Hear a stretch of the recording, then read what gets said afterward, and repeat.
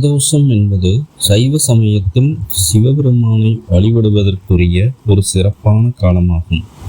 இது ஒவ்வொரு மாதமும் வளர்பிறை மற்றும் தேய்பிறை ஆகிய 2 பட்சங்களிலும் வரும் திரையோதசி திதியில் சூரியன் மறைவதற்கு முன் மற்றும் பின் உள்ள காலமாகும். புராணங்களின்படி அசுரர்களும் தேவர்களும் பார்க்கடலை கடைந்தபோது ஆலகாலம் என்னும் கொடிய விஷம் வெளிப்பட்டது.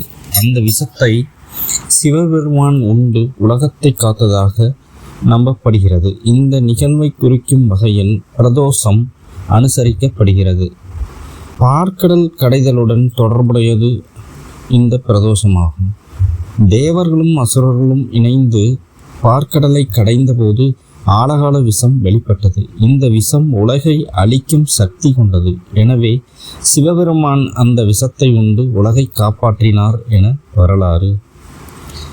சிவபெருமான் அந்த விஷத்தை உண்டு உலகை காத்த நிகழ்வை குறிக்கும் வகையில் பிரதோஷம் அனுசரிக்கப்படுகிறது.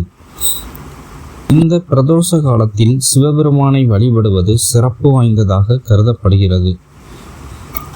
பிரதோஷ தினத்தில் செய்யப்படும் விரதம் பிரதோஷ விரதம் என்றும் அழைக்கப்படுகிறது. பிரதோஷ காலத்தில் சிவபெருமானை வழிபடுவதன் மூலம் அவரின் அருளை பெறலாம் என்பது நம்பிக்கை. பிரதோஷ விரதம் இருப்பதால் பாவங்கள் நீங்கும், துன்பங்கள் விலகும் என்றும் நம்பப்படுகிறது. பிரதோஷ காலத்தில் செய்யப்படும் வழிபாட்டால் உடல் பிணிகள் நீங்கும், ஆரோக்கியம் மேம்படும் என்றும் கூறப்படுகிறது. இந்த பிரதோஷ காலத்தில் செய்யப்படும் வழிபாட்டால் மங்களம் உண்டாகும், சுபகாரியங்கள் கைகூடும் என்றும் கருதப்படுகிறது. பிரதோஷ விரதம் இருந்து சிவபெருமானை வழிபட்டால் நினைத்த காரியம் கைகூடும் என்பதும் நம்பிக்கை.